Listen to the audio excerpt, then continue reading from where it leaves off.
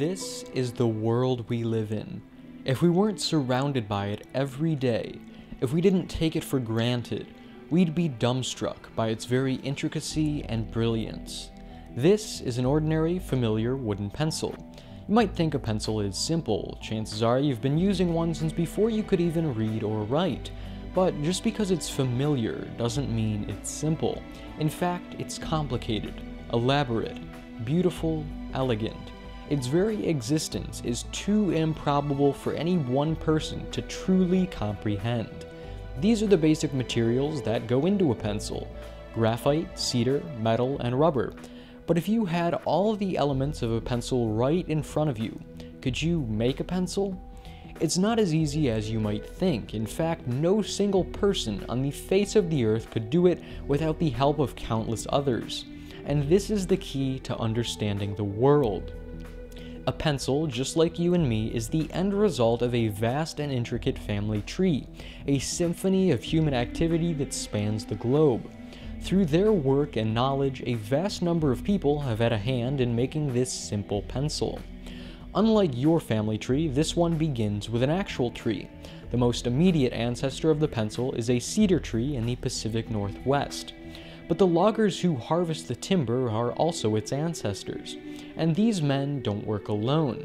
They in turn are assisted by the people and industries that produce the saws, rope, and countless other tools that they use. These are also the ancestors of our pencil. As is the waitress at a nearby diner who sells the loggers lunch, to say nothing for the thousands of people involved in producing that simple midday meal. Across time and space, the web grows. Consider the roads, trucks, ships, communication systems, and the people who design, build, and maintain them. All of them are necessary to bring the lumber to the mills and the slat factories that process them. All of them are also the ancestors of the pencil. And even with the work of all these people, so far all we have is a stained wooden slat, a naked half of a wooden body of a pencil. But its family tree is larger and more extensive. The graphite is mined in China. At the pencil factory, it's mixed with clay and heat and other materials before it's extruded, dried, and baked in a kiln. People from different continents, different cultures, cooperate to bring these materials together with waxes, kilns, and equipment from across the world. These too are the ancestors of the pencil. And the same is true of the eraser. With ingredients from around the world, it's the end result of a similarly complex and exotic branch of the family tree. As is the furlough, the metal band made from material that is mined, refined, and shipped from all over the world.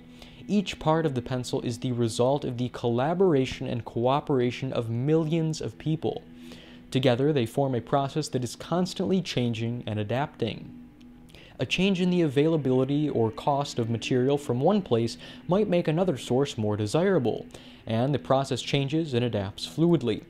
And there is a fact that is still more astounding: the absence of a mastermind, of anyone dictating these countless actions which bring a pencil into being. Each member of this family tree supplies only a small amount of the necessary know-how needed to make a pencil. They do so voluntarily, not because they necessarily want pencils or like pencils, but because by working to create them, they exchange their labor and skills for the wages that let them buy what they want and need. What you're seeing is the market at work, the spontaneous configuration of creative human energies, of millions of people with their various skills and talents organizing voluntarily in response to human necessity and desire. As if led by an invisible hand to promote an end which was no part of the intention. Each second we are alive, we benefit from the products of voluntary, spontaneous cooperation. This is the modern world. It's miraculous, it's intricate, and it gets better every day, so long as people are free to interact with each other. If we can leave the creative energies of humankind uninhibited, there's no limit to what we can accomplish. On behalf of Press for Truth, Andrew Demeter, signing off.